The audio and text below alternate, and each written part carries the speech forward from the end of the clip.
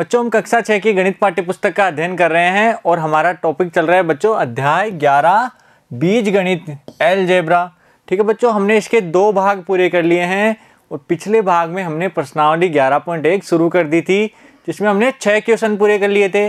बच्चों आज हम शुरू करेंगे इसका पार्ट 3 जिसमें 11.1 के प्रश्न संख्या 7 से 11 तक हम पूरे करेंगे। ठीक है बच्चों, तो कॉपी पेन साथ लेके बैठना है। तो अब देखेंगे हम क्वेश्चन नंबर 7। क्वेश्चन नंबर 7 क्या है बच्चों कि राधा बिंदुओं से एक रंगोली बना रही है। राधा क्या कर रही है? बिंदुओं से एक रंगोली बना रही है। खड़िया पाउडर की सहायता से बिंदुओं को जोड़कर रेखाओं का एक सुंदर प्रतिरूप बनाना। रंगोली कैसी है? जो कि खड़िया के पाउडर की सहायता से बनाया जा रहा है। ठीक है बच्चों, उसके पास एक पंक्ति में 8 बिंदु हैं। एक पंक्ति में कितने बिंदु हैं? 8 बिंदु है। तो बच्चों हम सबसे पहले लिखेंगे एक पंक्ति में बिंदु। एक पंक्ति में बिंदु कितने हैं? 8। ठीक है बच्चों, तो हमें बताना है कि 8 पंक्तियों की रंगोली में कितने बिंदु होंगे। यदि 8 पंक्तियां हो तो कितने बिंदु होंगे और यदि 10 पंक्तियां हो तो कितने बिंदु होंगे, हमें ये सभी बताने हैं। तो बच्चों हमें सिर्फ एक चीज़ दी है कि एक पंक्ति में कितने बिंदु है? 8 बिंदु है। हमें दिया हुआ है उससे एक सारणी का निर्माण करना है। तो हम सारणी बनाते हैं बच्चों। देखो पता है किस प्रकार बनाते हैं अपन। सबसे पहले ऊपर क्या लिखेंगे? पंक्तियां, पंक्तियों की संख्या, पंक्तियों की संख्या। और नीचे क्या आएगा? बिंदु। ठीक है बच्चों, नीचे आ जाएगा बिंदु। अगर पंक्तियों की संख्या 1 है, पंक्तियों की संख्या कितनी है? 1, तो बिंदुओं की संख्या कितनी है? बच्चों हमें क्या दिया हुआ है कि एक पंक्ति में 8 बिंदु हैं। तो एक पंक्ति है तो बिंदुओं की संख्या 8 हो जाएगी। तो हम लिख देंगे 8। बच्चों अगर पंक्तियां 2 है, एक में 8 है तो 2 में 8 और 8 16। ठीक है बच्चों, जोड़ देंगे तो कितना आएगा? 16। और बच्चों 3 पंक्तियों में हो जाएगी 24। कितनी आ जाएगी बच्चों? 8 को 3 बार जोड़ेंगे तो 24। अब बच्चों इससे एक पैटर्न या श्रृंखला का पता चल रहा है। क्या पता चला कि अगर पंक्तियों की संख्या 1 है तो बिंदुओं की संख्या 8 हो गई, यानी 8 से गुणा कर दिया 1 को। ऐसे बच्चों पंक्तियों की संख्या 2 है तो 2 को किससे गुणा किया? 8 से गुणा किया तो कितने आए? 16। और पंक्तियों की संख्या 3 है तो 3 को 8 से गुणा किया तो 24 आ गए। तो बच्चों हमें क्या पता चला कि पंक्तियों की संख्या को अगर 8 से गुणा कर दें तो बिंदुओं की संख्या प्राप्त हो जाएगी। तो बच्चों अगर पंक्तियों की संख्या अगर r मानेंगे, कितनी बच्चों? r मानेंगे, तो हमें कितना प्राप्त होगा? बिंदुओं की संख्या 8r, यानी 8 से गुणा करने पर। तो सबसे पहले तो हम क्या लिखेंगे कि पंक्तियों की संख्या, आवश्यक बिंदुओं की संख्या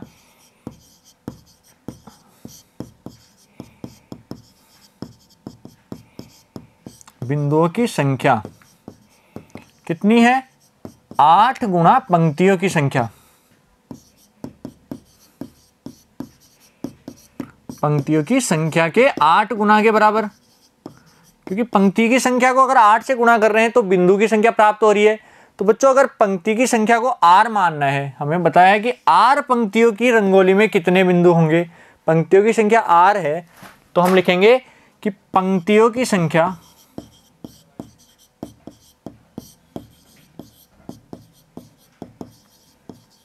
बराबर r है तो बिंदुओं की संख्या कितनी हो जाएगी बच्चों? तो हम लिखेंगे तो बिंदुओं की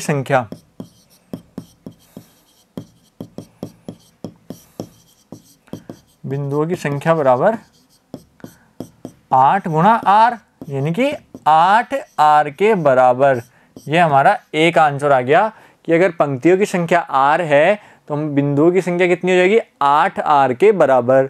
तो बच्चों अगर आगे दिया हुआ है कि यदि 10 पंक्तियां हो, यदि 8 पंक्तियां हो, सबसे पहले पूछा है कि अगर 8 पंक्तियां हो तो बिंदु कितने होंगे। तो हम लिखेंगे 8 पंक्तियों के लिए बिंदु। 8 पंक्तियों के लिए कितने बिंदु हो जाएंगे बच्चों? देखो r बिंदुओं के लिए, r पंक्तियों के लिए बिंदु कितने थे? r पंक्तियों के लिए बिंदु है 8r। r पंक्तियों के लिए 8r है। तो 8 पंक्तियों के लिए 8 को 8 से गुणा कर देंगे। r की जगह क्या लिख देंगे? 8। 8 को 8 से गुणा किया 64 बिंदु। कितना आ गया 64 बिंदु। ये आ गया 8 पंक्तियों के लिए। आगे पूछा है 10 पंक्तियां हो तो कितने बिंदु होंगे, तो हम लिखेंगे 10 पंक्तियों के लिए बिंदु।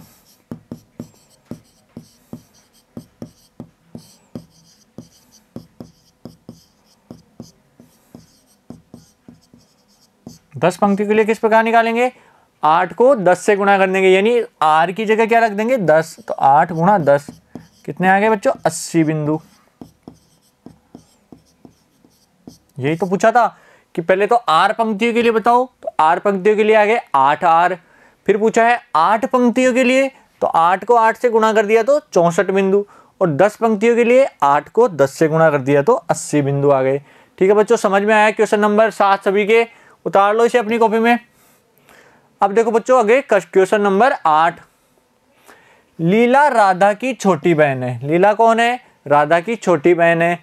लीला राधा से 4 वर्ष छोटी है।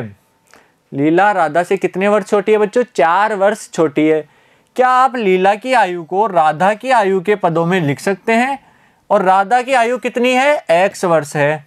तो सबसे पहले हमें बताना है कि लीला की आयु कितनी है। तो देखो बच्चों क्या दिया हुआ है कि राधा की आयु बराबर x वर्ष, कितनी है बच्चों, x वर्ष है।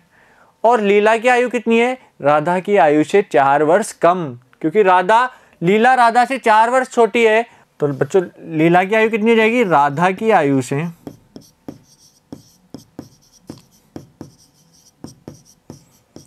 4 वर्ष कम। तो राधा की आयु कितनी है, राधा की आयु है x वर्ष, तो x में से 4 वर्ष कम कर देंगे तो x माइनस 4, ये क्या आ गई लीला की आयु, x माइनस 4 वर्ष, ये हमारा आंसर आ गया। ठीक है बच्चों, समझ में आया कि नहीं आया। हमें क्या दिया था कि राधा की आयु x वर्ष है और लीला की आयु राधा की आयु से 4 वर्ष कम है, क्योंकि लीला राधा से 4 साल छोटी है, तो लीला की आयु कितनी होगी, राधा की आयु से 4 वर्ष कम। तो हम क्या कर देंगे,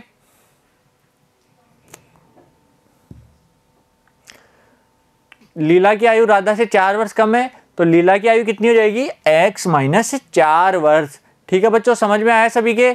अब देखो आगे क्वेश्चन नंबर 9। माँ ने लड्डू बनाए हैं। माँ ने क्या बनाए हैं, लड्डू बनाए हैं। तो उन्होंने कुछ लड्डू मेहमानों को और परिवार के सदस्यों को दे दिए। उन्होंने कितने लड्डू, कुछ लड्डू तो मेहमान और परिवार के सदस्यों को दे दिए। फिर भी 5 लड्डू शेष रह गए। उनको देने के बाद भी 5 लड्डू शेष रह गए। यदि माँ ने कितने लड्डू दिए, L लड्डू दिए, तो कुल कितने लड्डू बनाए थे। तो सबसे पहले बताओ, माँ ने मेहमानों को कितने लड्डू दिए, माँ ने मेहमानों को लड्डू दिए,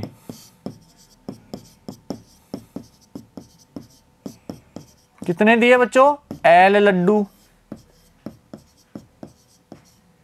L लड्डू तो दे दिए। अब शेष कितने लड्डू बच गए, और लिखेंगे शेष लड्डू कितने हैं, 5। शेष लड्डू है 5 लड्डू। ठीक है बच्चों, शेष 5 बच गए। तो कुल कितने थे, जो मेहमानों को दे दिए वो, और शेष बच गए वो। तो हम लिखेंगे कुल लड्डू। कुल लड्डू कौन से होंगे, मेहमानों को दिए वाले, मेहमानों को दिए लड्डू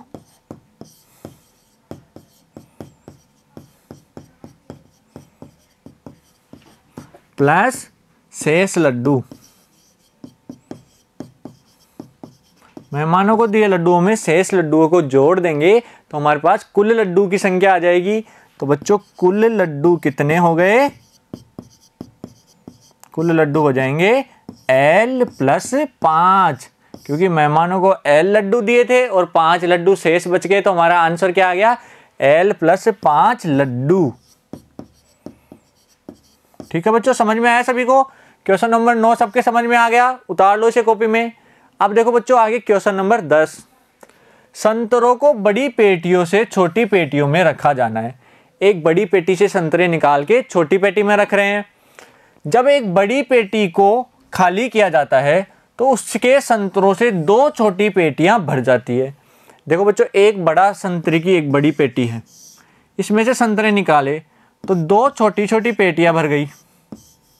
इसमें जो संतरे थे उससे 2 छोटी पेटियां भर गई, फिर भी 10 संतरे शेष रह गए। ये दोनों भरने के बाद और 10 संतरे बच गए। तो बच्चों इस बड़ी पेटी के अंदर छोटी पेटी में संतरों की संख्या को x माना। छोटी पेटी में कितने संतरे हैं? x। तो इसमें भी x हैं और इसमें भी x संतरे हैं। तो बड़ी पेटी में संतरों की संख्या कितनी थी ये बताना है। तो बच्चों हमें पता है कि बड़ी पेटी में से ही तो इनमें खाली किया है, तो इनकी संतरों को अगर हम जोड़ेंगे तो हमें क्या पता चलेगा कि बड़ी पेटी में कितने संतरे थे। तो सबसे पहले देखो, छोटी पेटी में संतरे,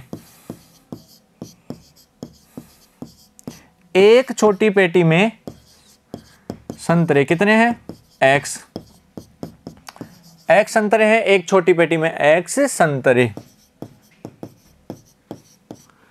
और 2 छोटी पेटी में कितने हो जाएंगे? एक छोटी पेटी में तो x संतरे हैं, लेकिन पेटियां तो 2 है ना छोटी वाली। तो बच्चों 2 छोटी पेटी में संतरे कितने हो जाएंगे?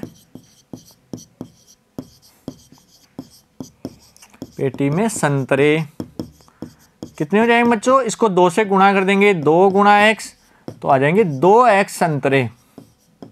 कितने आ गए बच्चों? 2x संतरे। अब शेष संतरे कितने हैं? जब छोटी पेटी में डाल दिए उसके बाद बाकी कितने संतरे बच रहे? 10 संतरे। तो हम लिखेंगे शेष संतरे।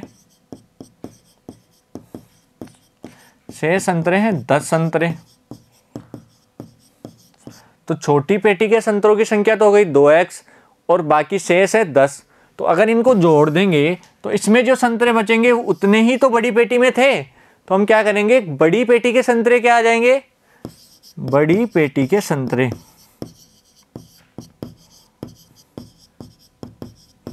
कितने हो जाएंगे? छोटी पेटी के संतरे, छोटी पेटियों के संतरे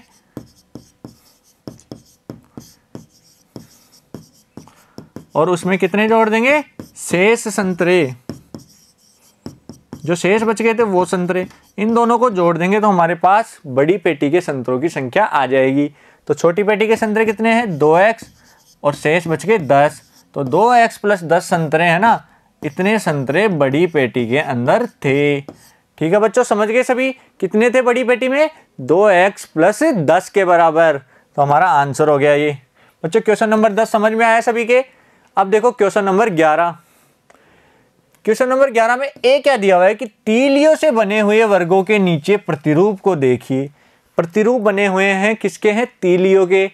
तो ये वर्ग अलग अलग नहीं है, 2 संलग्न वर्गों में एक तिली उभयनिष्ठ है। अब देखो एक वर्ग बना हुआ है, यहाँ 2 वर्ग बने हुए हैं, 1 और 2, पर इन दोनों के बीच में ये तिली उभयनिष्ठ है, मतलब ये तिली दोनों वर्गों में आ रही है। इस प्रतिरूप को देखिए और वह नियम ज्ञात कीजिए जो वर्गों की संख्या के पदों में आवश्यक तीलियों की संख्या देता है। यदि आप अंतिम ऊर्ध्वाधर तीली को हटा दें तो आपको सी का प्रतिरूप प्राप्त हो जाएगा। तो बच्चों हमें तो वर्गों का प्रतिरूप बनाना है और उसका नियम बनाना है। अगर इसका लास्ट की तीली हटा देंगे तो ये सी के लिए भी प्रतिरूप बन सकता है। तो बच्चों सबसे पहले देखो, अगर एक वर्ग बना रहे हैं तो कितनी तीलियों की आवश्यकता हो रही है? 4 तीलियों की। देखो एक वर्ग में 4 तीलियां चाह रही है। तो बच्चों एक सारणी बनाएंगे। सारणी में ऊपर तो लिखेंगे वर्ग की संख्या, वर्ग की संख्या, और बच्चों नीचे आ जाएगी तीलियां। ठीक है बच्चों, समझ गए? ऊपर तो वर्ग की संख्या और नीचे तीलियां। जब एक वर्ग बना तो तीलियों की संख्या गिनो, 4। एक वर्ग के लिए 4। 2 वर्गों के लिए, 2 वर्गों के लिए गिनना है बच्चों। देखो 1 2 3 4 5 6 7, 2 वर्ग के लिए 7 तीलियां। 3 वर्ग के लिए देखो 1 2 3 4 5 6 7 8 9 10, 3 वर्ग के लिए तीलियों की संख्या है 10। और 4 वर्ग के लिए कितनी है बच्चों? देखो 1 2 3 4 5 6 7 8 9 10 11 12 13, 4 वर्ग के लिए है 13। तो बच्चों अब हमें इसमें एक श्रृंखला ढूंढनी है, एक पैटर्न ढूंढना है। बच्चों देखो एक वर्ग में 4 तीलियां थी, तो 1 और 4 में, और 2 वर्गों में 7 तीलियां हैं, तो इनमें संबंध ढूंढना है हमें। तो बच्चों देखो 1 के 3 गुने में 1 जोड़ा तो 4 आ गया, 2 के 3 गुने में 1 जोड़ा तो 7 आ गया, 3 के 3 गुने में 1 जोड़ा तो 3 तिया 9 और 1 10, तो 3 के 3 गुने में 1 जोड़ा तो 10 आ गया, 4 के 3 गुने में 1 जोड़ा तो 13 आ गया। तो बच्चों 3 गुने में 1 जोड़ना है। ठीक है बच्चों, समझ गए सभी? तो अब देखो वर्गों की संख्या अगर हम माने n, कितनी मानेंगे? वर्गों की संख्या अगर n माने तो हमारे तीलियों की संख्या कितनी हो जाएगी बच्चों? तो तीलियों की संख्या हो जाएगी n के 3 गुने में 1 अधिक, यानी कि 3n + 1। तो बच्चों हम क्या लिखेंगे कि आवश्यक तीलियों की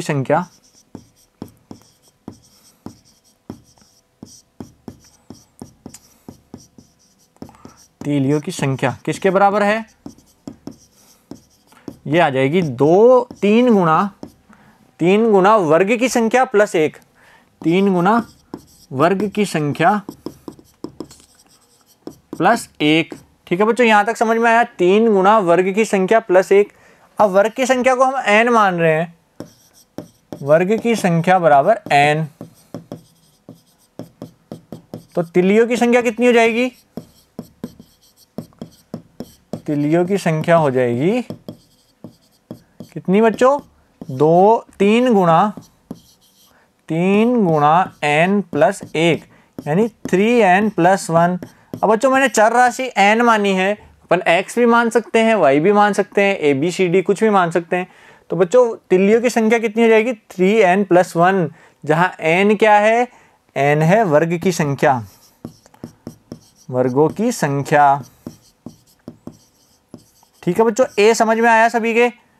इसका जो a है ये सबके समझ में आ जाना चाहिए। ठीक है बच्चों, हमने नियम बना दिया वर्गों की संख्या के लिए, क्या कि तीलियों की संख्या कितनी हो जाएगी? 3n + 1 के बराबर। अब देखो इसका b, 11वें का b क्या है? आकृति से क्वेश्चन वही है, उपरोक्त प्रश्न की तरह ही, यानी 11 के a की तरह ही हमें करना है। अब की बार क्या है? वर्ग की जगह त्रिभुज है, ये 1 है, इसमें 2 है, इसमें 3 है, 1 2 3, इसमें 2 3 4 त्रिभुज बने हुए हैं। तो सबसे पहले हमें क्या बनाना है? सारणी बनानी है। तो सबसे पहले देखो सारणी में ऊपर क्या आएगा? ऊपर आएगा त्रिभुज की संख्या। ठीक है बच्चों, यहाँ त्रिभुज है ना, पहले वर्ग था, अब यहाँ त्रिभुज है, तो त्रिभुज की संख्या। नीचे तिल्लियां। ठीक है बच्चों, तो त्रिभुज की संख्या अगर 1 है, 1 त्रिभुज है, तो तिल्लियां कितनी है? 3, 1 के लिए 3 तिल्लियां। 2 त्रिभुज है तो देखो 1 2 3 4 5, 2 त्रिभुज है तो तिल्लियों की संख्या है 5। 3 त्रिभुज है तो देखो बच्चों 1 2 3 4 5 6 7, 3 के लिए 7 और 4 के लिए कितनी है? 1 2 3 4 5 6 7 8 9, 4 के लिए 9 है। ठीक है, यहाँ तक समझ में आया सभी को? अब हमें श्रृंखला ढूंढनी है। देखो बच्चों एक त्रिभुज है तो तिल्लियों की संख्या 3 है, अर्थात 1 के दुगने से 1 अधिक। 1 का दुगना कितना है? 2, 2 में 1 जोड़ा तो 3 आ गए। तो 1 के दुगने से 1 अधिक 3 है। 2 के दुगने से 2 का दुगना क्या है? 4, 4 से 1 अधिक 5 आ गया। ऐसे बच्चों सभी त्रिभुजों की संख्या के दुगने से 1 अधिक क्या है? तिल्लियों की संख्या है। तो हम लिखेंगे आवश्यक तिल्लियों की संख्या क्या हो जाएगी? आवश्यक तिल्लियों की संख्या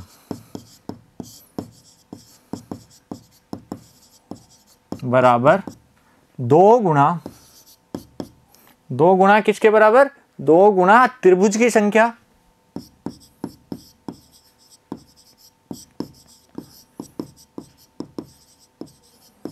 प्लस 1। देखो बच्चों इससे पहले वाले क्वेश्चन में क्या किया था हमने? 3 गुणा वर्ग की संख्या प्लस 1, और अब क्या कर रहे हैं? 2 गुणा त्रिभुज की संख्या प्लस 1। अब त्रिभुज की संख्या को हम क्या मानेंगे? x मान लेंगे। तो बच्चों हम लिखेंगे आगे कि माना त्रिभुज की संख्या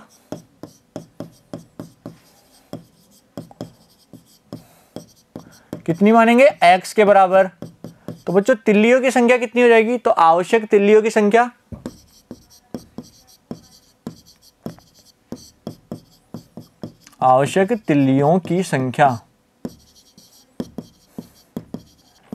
बराबर क्या है बच्चों? 2 गुणा त्रिभुज की संख्या प्लस 1, और त्रिभुज की संख्या की जगह क्या लिखना है? x। तो 2 गुणा x प्लस 1 कितना आ गया बच्चों? 2x plus 1।